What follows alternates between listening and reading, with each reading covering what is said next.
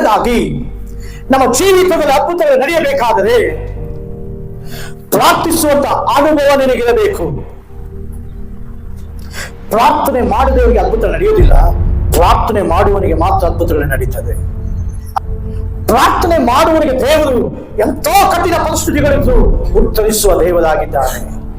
ಪ್ರಿಯ ಸಭೆ, ಪ್ರಾರ್ಥನೆ ಮಾಡುವುದಕ್ಕೆ ಸೋತು ಹೋಗಿದೆಯಾ? ಪ್ರಾರ್ಥನೆ ಮಾಡುವುದಕ್ಕೆ ಬೇಸರಗೊಂಡಿದೆಯಾ? ಸ್ವಲ್ಪ ಸಮಯ ಪ್ರಾರ್ಥನೆ ಮಾಡಿ ನಡೆದಿಲ್ಲ ಅಂತ ಹೇಳ್ಬಿಟ್ಟು ನಿರೀಕ್ಷಣೆ ತಗೊಂಡಿದೆಯಾ? ನೋಡ್ರಿ, ದೇವಾಲಯಕ್ಕೆ ಬಂದಿದ್ದಾರೆ, ಜನರೆಲ್ಲ ಹೊರಗಡೆ ನಿಂತಿದ್ದಾರೆ. ಜಕ್ಕಾರಿನು ಏನ್ ತರ್ತಾ ಇದ್ದಾನೆ ದೇವರಿಂದ ಅಂತ ಹೇಳ್ಬಿಟ್ಟು ಎದುರು ನೋಡ್ತಾ ಇದ್ದಾರೆ. ಆದ್ರೆ ಈ ಜನರಿಗೆ ದೇವರು ಮಾತಾಡ್ತಾ ಇಲ್ಲ. ಯಾರು ಪ್ರಾರ್ಥಿಸ್ತಾರೋ ಅವರೊಟ್ಟಿಗೆ ದೇವರು ಮಾತನಾಡ್ತಾ ಇದ್ದಾನೆ.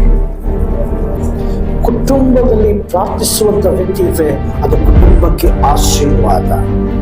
ಸಭೆಯಲ್ಲಿ ಪ್ರಾರ್ಥಿಸುವಂತ ವ್ಯಕ್ತಿಗಳಿರುತ್ತದೆ, ಅದು ಸಭೆಗೆ ಆಶೀರ್ವಾದ. ದೇಶಕ್ಕೆ ಪ್ರಾರ್ಥಿಸುವವರಿದ್ರೆ ದೇಶಕ್ಕೆ ಆಶೀರ್ವಾದ. ಇನ್ನು ಪ್ರಾರ್ಥಿಸುವುದಾದರೆ ಮುಚ್ಚಲ್ಪಟ್ಟ ಕಥೆಗಳು ತೆರೆಯಲ್ಪಡುತ್ತೆ. ಯಾವುದು ನಿನಗೆ ತಡೆಯಾಗಿ ಮುಚ್ಚಲ್ಪಟ್ಟಿದೆಯೋ ಅದನ್ನು ತೆರೀತಾನೆ ದೇವರು. ಇನ್ನು ಪ್ರಾರ್ಥನೆ ಮುಚ್ಚಲ್ಪಟ್ಟದನ್ನು ತೆರೆಯುತ್ತೆ.